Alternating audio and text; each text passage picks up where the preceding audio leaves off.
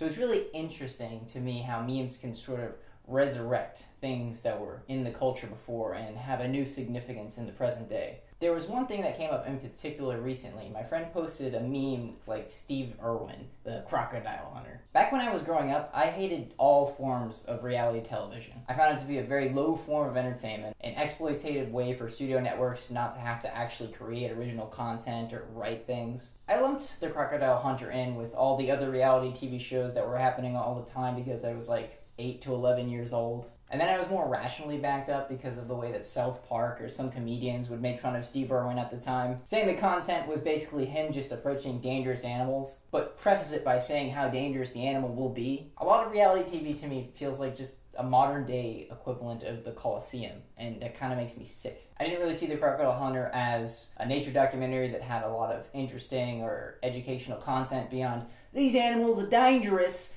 and we're gonna go poke them. But anyway, I got into watching some YouTube videos of Steve Irwin, and my opinion on him has completely changed. I mean, the guy was a lot more than I thought he was at the time. See, there's this entire philosophical background to Steve Irwin. By using the medium of reality TV, he made boodles of cash. But apparently, he used the money to buy land for conservational efforts. That's amazing to me. You see a lot of celebrities or wealthy individuals who will get a lot of money, but ultimately feel like their life is empty and meaningless. That hollow Hollywood experience. But then there's guys like Steve Irwin who recognize the futility of money in itself, and how ultimately it's better to use it for something he feels passionately about, like saving the planet, for instance. Now, the way he did it was, building a brand for himself, and simply encountering dangerous animals over and over again and having someone film it, but that was what he loved doing before he ever got famous doing it, and he was able to make a lot of money doing it after. And the whole process was doing good for nature. What I noticed when he was on talk shows like Jay Leno or Oprah, he'd insist that the host touch the animal that he was exhibiting. He did this because he believed that their influence as celebrities would help the people and their fans become more empathetic to the animal's plight. How this worked was, if you had a lizard on you, or if you're using your 5 senses to interact with nature, you'll have a different relationship with it. You'll care more about these animals and what's going on with them, rather than if you're just watching them on TV. So that all in all, maybe it would be easier to save them. The way he was doing it was buying the land. The land he was buying was going to be preserved so the natural ecosystem could remain functioning. I love this. I took this environmental ethics class a few years ago, and it brought up a lot of really interesting points. How do we stop global warming, the oncoming deadly emissions threat? But there were more deliberations in those essays than a Star Wars Senate hearing.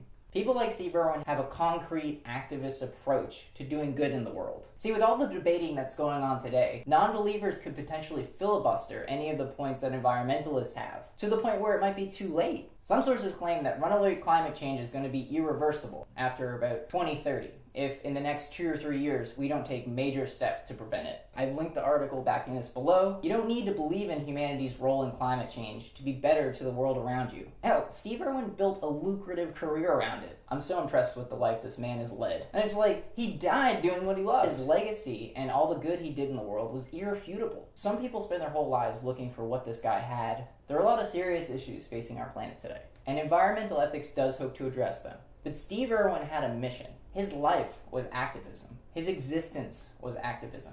Clean drinking water, nature left to be, and ethical treatment of animals. Well, maybe not entirely that last part because he didn't advocate for a plant-based diet, but we'll say close enough. Maybe all sort of his character and the good stuff he's talked about in interviews don't comprise the whole person as an individual. I'm just really pleased that someone I thought was really lame when I was younger is actually remarkably important and did so much good in the world. Thanks, Steve.